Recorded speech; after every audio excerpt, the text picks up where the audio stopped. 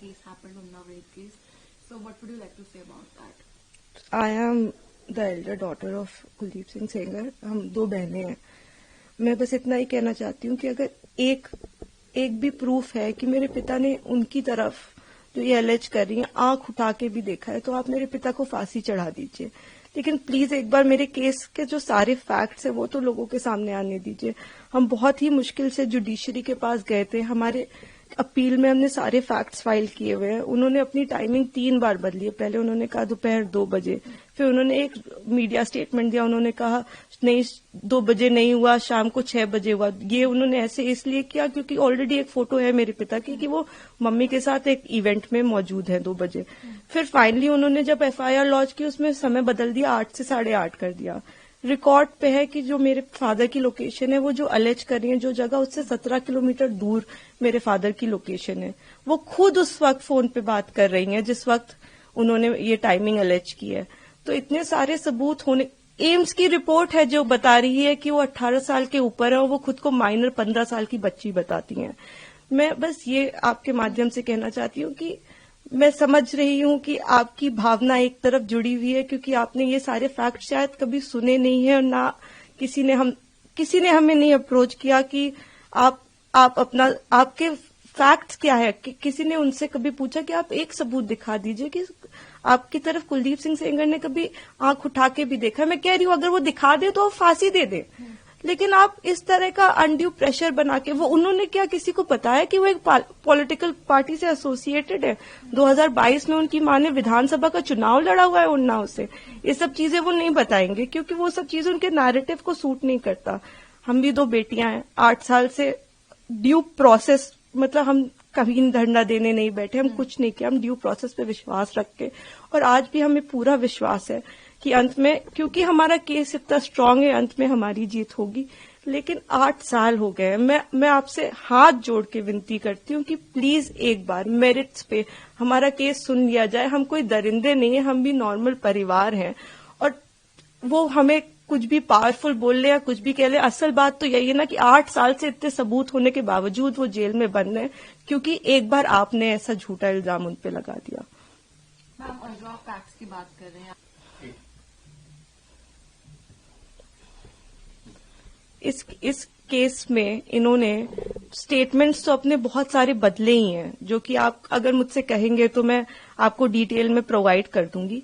इन्होंने समय 3 बार बदला है. पहले इन्होंने कहा कि दोपहर को 2 बजे कुलदीप सिंह सेंगर ने मेरे साथ रेप किया. उसके बाद इन्होंने कहा नहीं दोपहर के 2 नहीं बज रहे थे, शाम के 6 बज रहे थे. फिर इन्होंने चेंज किया, कहा नहीं ये नहीं हो रहा था, शाम के 8:30 बज रहे थे. जब CBI ने मेरे फादर की लोकेशन निकाली तो उनकी लोकेशन 17 किलोमीटर दूर उनके उन्नाव ऑफिस की पाई गई. CBI ने दूसरे केस में CBI ने जानबूझ के हमें चार्जशीट किया और उसके बाद जब दूसरे केस में चार्जशीट लगाई तो हमें पता लगा कि हमने जब वो CDR देखे तो हमें पता लगा कि ये तो उस वक्त पे फोन पे बात कर रही थी. तो CBI ने भी जानबूझ के, आई डोंट नो किस प्रेशर में आके सारे इंस्टीट्यूशंस, लेकिन CBI ने प्रेशर में आके हम पे इनके कहने पे चार्जशीट लगाई. मैं देखिए किसी पे इल्जाम नहीं लगा रही. मैं बस ये कह रही हूं कि अभी भी ये सारे तथ्य हमारी अपील में मौजूद है. हमारे पास इनका एक रिकॉर्ड है. एक बार हमारी बात प्लीज सुन ली जाए क्योंकि हम भी बेटियां हैं. 8 साल से इधर उधर भटक रहे हैं. उनके साथ देने के लिए तो बहुत लोग हैं. हम अकेले ही कोर्ट जाते हैं. अगर वो हमें गाली देते हुए भी हमारे बगल से निकल जाती हैं तो उनके पास सिक्योरिटी है, हमारे पास मैडम सिक्योरिटी नहीं है. वो गाली भी देती है तो भी सब कहते हैं कि तुम्हें अपने पापा को निकालना है ना बेटा, तो सीधे देखती रहो, गाली खाती रहो, लेकिन तुम्हें जवाब नहीं देना है. हमने आज तक किसी को जवाब नहीं दिया, यही सोचते हुए क्योंकि हम प्रोसेस में कि हम हर चीज सही ढंग से करेंगे. हम किसी ऐसे वैसे लोगों के पास नहीं जाएंगे तो कहीं ना कहीं इतने सबूत है इसमें कि हमें जीत मिलेगी. तो हम उसी का इंतजार कर रहे हैं. हमारी बस हाथ जोड़ के यही कि हम बिल्कुल विश्वास करते हैं, हम सारी संस्थाओं पे विश्वास करते हैं, लेकिन मैं बस इतना प्रे करना चाहती हूँ कि किसी के प्रेशर में आके कोई काम ना हो. आप सबूत देख के काम करिए. अगर सबूतों में हमारे जरा सा भी आपको गड़बड़ लगे तब आप ये काम करिए, लेकिन नहीं है. उनसे कहीं ना वो एक चीज सबूत दिखाए. वो बोलते हैं कि ट्रक वाला जो एक्सीडेंट बताते, कितनी मिस इन्फॉर्मेशन है कि 11 बार कि हो सकता है IIT दिल्ली, CBI, NHRC सारी की एक्सपर्ट टीम बनाई गई थी इसमें, सबने पाया कि वो नेचुरल एक्सीडेंट था। मेरे फादर उस केस से डिस्चार्ज हो चुके हैं, लेकिन आप देखिए आपको कोई मीडिया चैनल नहीं बताएगा कि मेरे पिता उस केस से डिस्चार्ज हो गए थे जिसमें वो कह रही हैं कि लोगों को मरवाया। आज भी आपने यही नैरेटिव बना रखा है कि लोगों को मरवाया। मतलब इतना झूठ, इतना मिस इन्फॉर्मेशन है वहां पे कि मैं बस रिक्वेस्ट करना चाहूंगी, प्लीज किसी तरह का मिस इन्फॉर्मेशन मत फैलाएं। आपके जैसे भी सवाल हो आप मुझसे पूछ लें। आप फादर की डेथ की बात करते हैं, मेरे पिता उस वक्त टाउन में ही नहीं थे, he was not even present in Unnao. ये भी एलिगेशंस लगाए गए हैं। जी, मैं इसीलिए मैं ट्विटर पे रोज मुझे रेपिस्ट की बेटी और जाने क्या क्या कहा जा रहा है, तो मैं जानती हूं अगर हम अपने फैक्ट्स भी ट्वीट करते या हम फैक्ट्स भी बताने की कोशिश करते तो हमें बहुत अलग अलग नामों से बुलाया जाता है। हम जवाब भी नहीं दे सकते क्योंकि सारी हमें पता है कि सारी संवेदनाएं वो सब एक तरफ जुड़ी हुई है। हम तो बेटियां है ही नहीं, लेकिन ठीक है हम सब झेल रहे हैं। लेकिन जो आप वही मैं कह रही हूँ ना कि तथ्यों पे कोई बात करे। आप कह रहे विटनेस, किस विटनेस को मरवा दिया? अगर एक रिपोर्ट है कि वो नेचुरल एक्सीडेंट था तो हमने कैसे वो कराया? आप बताइए ना। IIT दिल्ली तो झूठ नहीं बोले, एक्सपर्ट टीम्स बनाई गई, इतना प्रेशर बनाया गया। मेरे घर में रोज रेड मारते थे, रोज मेरी माँ को परेशान करते थे, मुझको परेशान करते थे, क्योंकि उस वक्त भी इसी तरह मीडिया में प्रेशर बनाया गया था। तो मैं बस इतना ही मैं सच में it's my humble request to all of you, आप पहले केस जान लीजिए, आपके जो भी सवाल हो आप कर लीजिए। मैं डॉक्यूमेंट्स लेके आपके सामने बैठने को तैयार हूं, लेकिन प्लीज किसी की कही सुनी बातों पे मेरे पिता के साथ ऐसा मत करिए। 8 साल से हम न्याय के लिए लड़ रहे हैं, प्लीज। मैम, पहले दिल्ली हाई कोर्ट ने उनको बेल, सुप्रीम कोर्ट ने उनकी बेल को रोक दिया है। बहुत बड़ा प्रोटेस्ट भी हुआ इंडिया गेट पे जो उन लोगों ने किया उन्नाव विक्टिम ने, और उसके बाद जो है जंतर मंतर पे प्रोटेस्ट हुआ।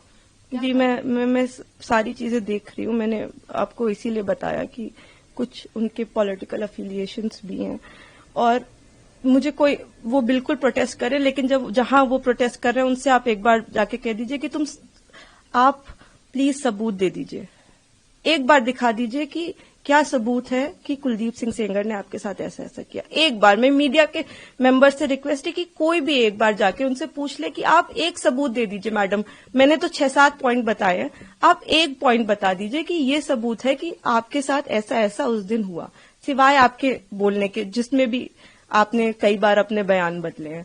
आपने मेरे पिता पे आपने एक केस फाइल किया, अन्य लोगों पे 2.5 महीने बाद आपने सोच समझ के, शायद ये आप में से कम लोगों को पता होगा, सन 2000 में इनके चाचा हिस्ट्री शीटर हैं, उनपे 17 मुकदमे हैं, 17, and these are not put by us. मैं जब पैदा हुई हूं उसके पहले से मुकदमे चल रहे हैं, तो इसके पहले कि लोग इसमें भी कुछ सोचे। 17 मुकदमे सन 2000 में वो मेरे चाचा पे अटेम्प्ट टू मर्डर का उनके ऊपर केस चला है, वो इस वक्त तिहाड़ में बंद है, जो इनके चाचा है। तो आज की इनकी दुश्मनी नहीं है हमसे, इनकी दुश्मनी हमसे पुरानी है। तो बहुत सारे कारण हैं। अगर आप कोई भी मुझसे सवाल पूछना चाहते हैं तो आप मुझसे डिटेल पूछे, मैं सारी सवालों का आपका जवाब। मैं बस चाहती हूं कि आप फैक्ट्स पे बात करें। आप एक बार, मैं भावनाएं समझती हूँ सबकी, किसी को भी, मैं खुद एक बेटी हूं, मुझे ये कहानी किसी बच्ची की सुनाई जाती तो मैं भी शायद ट्विटर पे गालियां ही लिख रही होती, लेकिन उस कहानी में कितना सच है ये जान लीजिए कि दूसरी तरफ भी हैं बेटियां, दूसरी तरफ भी लोग हैं। जिस इंसान को आप इतना बुरा समझ रहे हैं वो नहीं है, वो 2 बच्चियों के, और मैं इसलिए नहीं कह रही कि आप आर्ग्यूमेंट्स वो लेके आए, लेकिन वो भी इंसान, क्या उन्होंने देखा भी आंख से? आप एक प्रूफ दे दीजिए और आप मेरे पिता को फांसी पे चढ़ा दीजिए। मैं कह रही हूं, अगर एक भी सबूत है कि मेरे पिता ने उस लड़की की तरफ आंख उठा के भी देखा है तो आप मेरे फादर को फांसी दें। लेकिन अगर वो सबूत नहीं है तो हमें पूरा हक है कि हमारे भी सबूत सुने जाएं। प्लीज हमें वो मौका दीजिए। तो मैम, आपने फैक्ट्स का जिक्र किया है, तो जब इनको बेल दी तो क्या इन्हीं फैक्ट्स के बेसिस पे बेल मिल रही है, कहना सही होगा? बिल्कुल।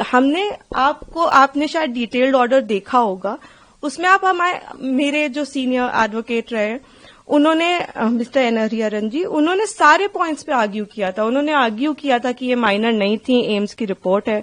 उन्होंने आर्ग्यू किया था कि 3 अलग अलग इन्होंने टाइम बताए। उन्होंने आर्ग्यू किया था कि हमारे पिता की CDR लोकेशन 17 किलोमीटर दूर की। उन्होंने आर्ग्यूमेंट किया था कि ये फोन पे है। आप, ऐसा नहीं है कि कोर्ट के सामने हमने जाके कह दिया हम पब्लिक सर्वेंट नहीं है और कोर्ट ने कहा कि आप रिहा हो जाइए। हमने सारा पूरी चीज कोर्ट के सामने प्रस्तुत की और हर चीज लीगली हुई है। मैं कह रही हूँ कि जो लोग ऑर्डर का ऑपरेटिव, आप पूरा ऑर्डर पढ़िए ना कि क्या हमारी तरफ से सिर्फ एक ही आर्ग्यूमेंट किया गया है। हमने पूरी चीज, हमने 5 पॉइंट अपने कोर्ट के सामने रखे हैं। तो अभी आखिरी सवाल है मैम मेरा आपसे, अभी सुप्रीम कोर्ट ने ब्रीफ को आप कैसे देखते हैं? देखिए, ये तो आप लोग बेहतर समझते हैं कि वेकेशंस में, और आपने मुझे ऑलरेडी बताया ही, लेकिन हमें जुडिशरी पे पूरा विश्वास है। हम 8 साल से इसी विश्वास पे जिंदा हैं, क्योंकि हमें जुडिशरी पे विश्वास है, हमें इस प्रोसेस पे विश्वास है कि एक ना एक दिन इतने अच्छे सबूत हैं, और जब तक मैं जिंदा हूं तब तक तो वो कागज कोई नहीं मिटा सकता, वो फैक्ट्स कोई नहीं मिटा सकता। तो उन फैक्ट्स के होप में कि ये एक दिन सबके सामने आएंगे, मैं जिंदा हूं। और मैं यही कहना चाहती हूँ कि प्लीज किसी भी इंस्टीट्यूशन पे आप अपनी भावनाओं पे आके मत प्रेशर बनाएं।